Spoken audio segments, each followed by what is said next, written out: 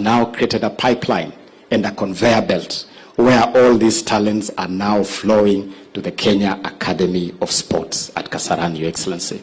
And we are now able to pick up talents like Aldrin and progress them to the next level where they can be useful to themselves and to the country, in sync with the bottom-up economic transformation agenda. Your Excellency, we inherited a scene where the creatives, musicians, film, fashion, theater, pageantry, literary arts, fine art was not consolidated in any form. They were scattered all over the place. Now we have consolidated all these together. Now we have an arrangement where we are even providing cash incentives. For the first time this year, winners of the Kenya Theatre Awards were able to receive cash rewards from government.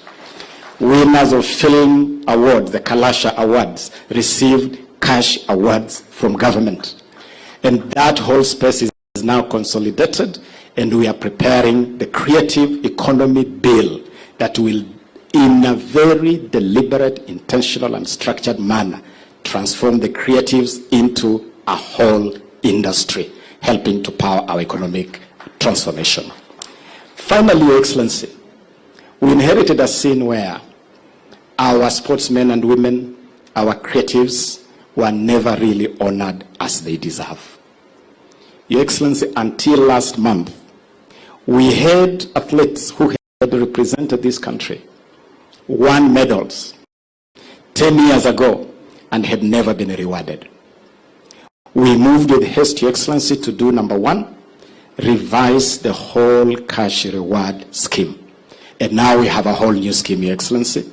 It is under that scheme that you yourself received our incredible talent, Faith Kipyegon, at State House. And you are able to award her and reward her for breaking 2 world records in the space of 14 days. And the 5 million shillings for breaking the world record, and a house which Faith can confirm is a real house in her real name, and that she's in possession of the house, is part of the revised scheme, Your Excellency. But we also made sure, Your Excellency, that we cleared and settled all outstanding dues to our athletes going back over 10 years.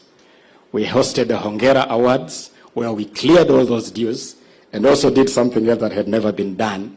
We honored our legends, going back all the way to the 60s. And so when you see Ross Tatamuya and Tegla Lorupe there, and John Kamau there, and Catherine Dareba, when you see them beaming, we were able to honor them with mementos and cash awards, just to say, Hongera na shukran for your great service to this country.